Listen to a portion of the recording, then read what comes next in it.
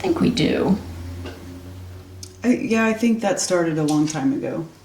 Actually, Staci was my teacher way back in the olden days. In the olden days. In the olden days of 2021. Has it switched now? Are you now the teacher? Yeah. No. And Stacy's the student. She's the craft.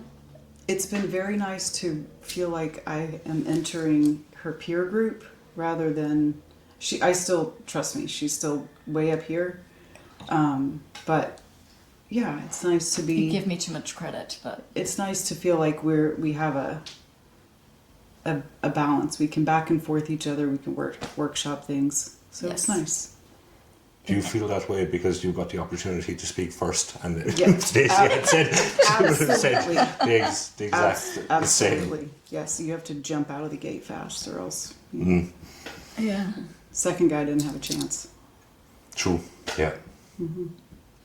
Now, you know, one of the nice things is we both at home work in our studios alone, and like neither one of us is part of a cooperative where there's other artists working. Like both of our studios are at our homes, and coming here, it's nice to have somebody to, you know, bounce around ideas or just ask an opinion about something.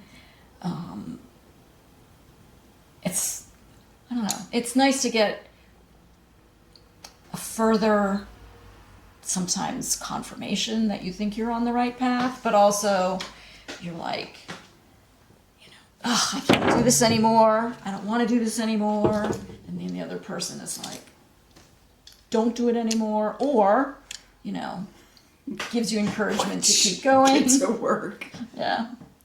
So you live close together in the No, US? we used to. We used to. We used to live about 30 minutes away from each other. That's not so. Yeah. Right. But then Leslie went and moved to Oklahoma, where she's from. Yes. So now we live half a country away. But you're still in touch with each Oh, other yeah. over We the are. years? Yeah. Yes. And we have, so there's a group of 5 artists that we call The Well. And 5 women. 5 women. And we do a lot to bolster each other up. So Laura Hitchcock, who's been here, Yeah. and Fran. Oh, did you meet Fran? I think so, yeah. Okay, so they're a part of it. And then, not Fran, Susan, Susan Irish. And then our friend Fran Gardner, who's another artist, and she's also an author. She was a university professor for the arts. And now she's taking everything she was teaching for 30 years and putting it down in writing. Okay, nice. Yeah. So the 5 of us sort of continue, like whatever this is that we have going on in the studio here, we try to do that at home, text messages and email and on Zoom. And on Zoom, yeah, we'll get together and show each other, look, this is what I'm working on, what do you think? Workshop stuff with each other, and yeah, it's cool. So has coming here then kind of accelerated the bond between the two of you, and I think so. has We that had, been... we had a pretty good Yeah. bond before we came. So this is our second time here together. Yeah. We were here together in 2023 in February, which, by the way, the weather was not like this. No. But, and we were very good friends before then. It was nice to find out that we could actually live together for a month. Which is always, you know, there's that risk when you... You're working It together. was a pretty fast friendship, I will say. Yeah, we met during... We met COVID. during COVID on Instagram because I was trying to shop for local art for my family and found Staci had posted some paintings, so I bought a couple of her pieces and we met up in a parking lot with masks to do the swap, and then we stood outside and talked for a while, and a couple months went by and she messaged me and said, we started this little friend, you know, oh, I like this piece and I like that piece of each other's artwork, and she messaged me and said, don't think I'm weird, but do you want to go on an art retreat with me to this, our friends run, they have a program where they'll bring artists for a workshop to an island in South Carolina. And she said, don't think I'm weird. I really didn't even know her. And I went home, was talking to my husband. He's like, do it. So I messaged her back and said, well, don't think I'm weird, but okay. So we didn't even really know each other. We drive 4 hours to a beach where we find out that she's going to die of them telling this. Wait till she's here then. I love this story so much. So Are you telling me? I am. Holly's I'm telling it. So on the drive, as we were like, so how many kids do you have? Like getting to know each other, we realized that not only are we, trying to share the cost of this week-long workshop, and we're sharing a room. which we thought was going We to thought be we were sharing a room, but there's like a double. one bed. Yes. And we were like, well, in for a penny, in for a pound. yeah, we just decided this is going to be as weird as we make it. And honestly, I think we both slept soundly the entire week. Because neither one of us snores. Nobody rolled over. It was like, I slept sound. We had a great time. We were like, well, That's hilarious. we went from, Yep. 0 to 100 right away. It was We've great. been great friends ever We haven't looked since. back. So I was going to ask, whether there was any challenges with you working and living together, but now the question No. is much I longer: mean- working together, living together, and sleeping together. that's right. I mean, we've done it. Yeah, which answers my question. Is like, yeah, you seem to be doing fine. Oh my god, our husbands are like, oh, you guys are going away together again. Are you coming home? Coming back, yes. I mean, there have been times where like, maybe. No, Oh just god. kidding. Yeah. Anyway. Yeah. Yeah. So, from an experience perspective, Yeah. what advice would you give to other artists that would be coming for the first time as part of this residency? The best advice I could give is do not come with a preconceived idea of what you think it's going to be Yeah. and what you think you should be doing. Because I promise you, you'll get here and it will change. And then, probably around day 9, you'll have an artist block. I mean, it's just a given. New place, jet lag, new food, new people, and which gets in your head, and then you think, oh, I should be doing this, but I'm not, because I don't feel inspired by that anymore.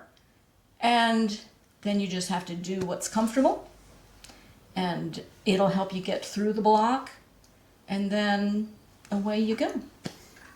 Agreed. Is that why we see people returning Yes. to the residencies? So, is it easier the second time?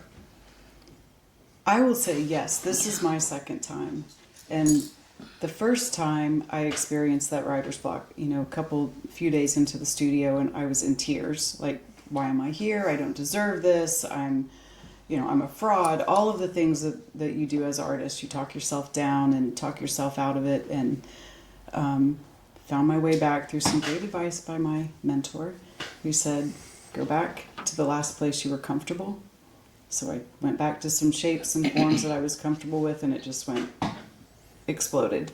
Coming back this time, I knew some things roughly that I wanted to work on, but I didn't come with I am going to make this when I'm here. And actually what I've made is pretty different than what I thought. Okay. But I didn't have myself boxed into something that had, and then I allowed room for cityscapes and landscapes to come out just because it was what was around me and inspiring. So it's still using my same collage method of tearing old artwork and building it into something new, but it was just a different subject. So it kind of helped relax my mind, so I worked on everything kind of simultaneously. So, do you, from an artistic perspective, do you feel more free when you go back home? Is it something that would? So I understand the benefits here, but as soon as you get on that airplane and you go back to your own studio, does it change the way that you work or change the way that you think? Yeah. It takes a while to kind of process it all, because it's more than just making the artwork, right? It's the people that you meet and the relationships that with your friends that you've made over the years or over that particular, visit to Listowel. So you have to, when you get home, then you kind of fall back into your patterns of the way you were before. And then at some point, though, you get to stop and process it all. And then it's always interesting to see how it comes out in the new work or in the new whatever. So, yeah, I think there's always a back and forth. Yeah. You started this whole body of work when you were here 3 years ago. Yeah. And then It's kind of continued throughout. So, yeah, I think for me, the last time we were here, we had a show, a group show. We talked about the well. Two of the women in the well, we were here in February 2023. The other two women who were part of our group at that time were here in March of 23. And then the four of us had a group show in May of 23. So we knew that we would be producing work to go into this show. So coming home, it was like hit the ground and you're flying right into getting prepped for a show.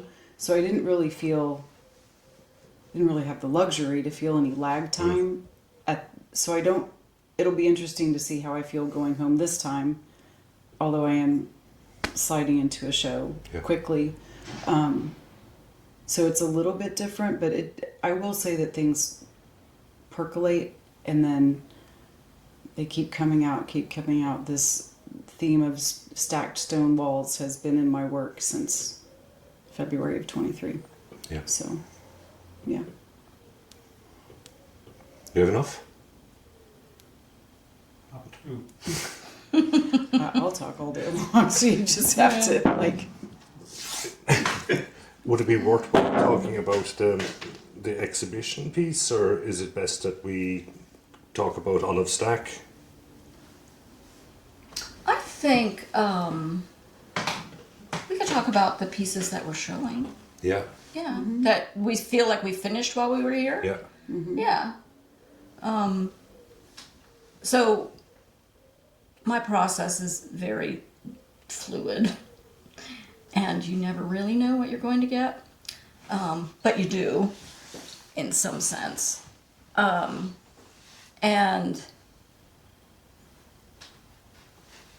when I really did enjoy the rain and when the days that we had that were just storming, that's just my favorite thing. When I'm at home, if it's raining, it's my favorite time to work. So I didn't anticipate working on the pieces I did that are hanging on the wall that I have available for sale. I initially took that inspiration and I was using it on these other pieces that I'm making for this exhibit that I have next year. And so that was a pleasant surprise because I really didn't know what I was going to be doing. I set out to do one thing, and then through working, I discovered something completely different. And from that, then I started playing around with these other ideas, and I just had one very impulsive day where, the stars aligned just right, and I had just the right paper and color, and I was in the right mood. Like, it doesn't happen all the time, but, for an artist, it's and it all kind of went like,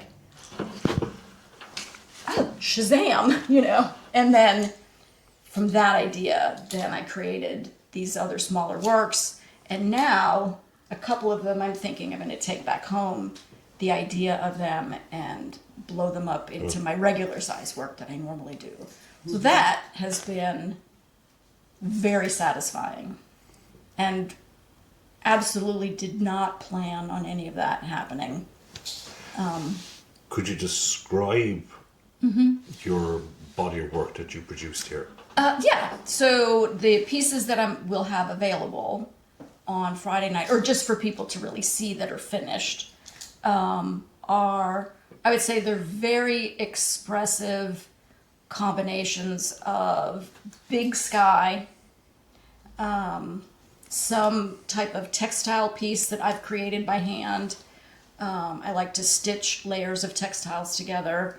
I have a friend who calls them my Frankenstein stitches. And that becomes either the land, or you could interpret it as the rooftops that are moss covered. You know, it's really up to the viewer to take what they want out of it. And then attaching very disparate pieces together. So, you know, a very expressive piece of paper and some textiles, which are seemingly unrelated. That's pretty much the way I work. I like to combine things together that create tension.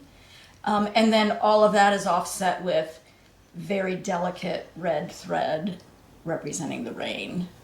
And also it's a mood. And what do the pieces represent to you? Really, in the bigger story of the work that I do, I have 3 chapters, and one of them I call, you know, the soft architecture of rain. And it's about rain as it's really a metaphor for memory and the fluidity of the things that we're trying to hold. Like, you can't hold rain in your hand, right? Like, you can't hold water. So, and our things that come through that we process through our memory are very much the same, like that. And so I kind of equate them together. But there's also the way that rain and water will erode things over time. So it softens, it blunts the edges of things, and so your memories also might, you know, could be harsh, could be, you know, but over time they soften, and so there's that whole metaphor for me. I get that. Yeah. So, Leslie, as your mentor has just described, her work is to wash away yours. How do you feel about that? Yeah, exactly. I mean, we're going to discuss that later. It's a very nice alley out back. No, something that I think I've learned a lot from Staci is I like to make my collage work out of paper, where she's using fabric. We tend to kind of work in that same fashion of finding pieces that fit together that might not necessarily immediately you go, oh, that goes with this. You're like, oh, look at that weird piece, and that could be an eye, or that could be a, you know, whatever. So I like taking my old artwork, sometimes new artwork, I tear it up. I don't necessarily look for a shape like this to tear. A lot of times hold it backwards or flip it upside down and just tear it and see where things lay. And I've been working on a series of what I call vessels and altarscapes, to honor the feminine influences really in my life. I'm from a family of all girls, sisters, cousins, strong mom, close to a grandma, pods of women friends everywhere I go. No offense to the men. It's always been a part of my life, and I'm trying to honor that and recognize why these people have built a foundation for me. So incorporating that into the stacked stone walls, that is literally the foundation of my person. So that is what I've been working on, in building different figures and forms into stone and putting them together in walls. And at the same time, working in my own personal transformation, coming into middle life and coming back to my artwork. I set aside doing art for myself for many years while I was raising a family. Yep. And having this transformation and coming back and honoring Hecate, the frog goddess of transformation and evolution, and pulling her into my story as well. So I have some crazy frog figures that I really love, and myself into a frog, and different scenes like that. So that's what I've been working on. And then I get here and start making cityscapes. Really, even more than the landscape, I love the architectural look of the bridge and all of these sharp roof lines against the soft sky. So I think that also fits into my whole narrative of the soft and sharp coming together. Yep. So So thank you for coming to our TED Talk. Yes. Episode 2 will be released probably in September of 27. But this was really nice. Yeah. It was fantastic. Thank Actually, you. I do think that some of this would be worthwhile for Olive to have Yeah. when she's talking about, when she's promoting the residency. Because I think what we worked at was really natural, and it was something that you're actually describing what you're doing. Yeah. And for me, it was kind of, we were doing this as a joke initially, and it turned out not to be a fucking joke at all. Wow. Okay. Thank you very much. Thank Well, thank you. you.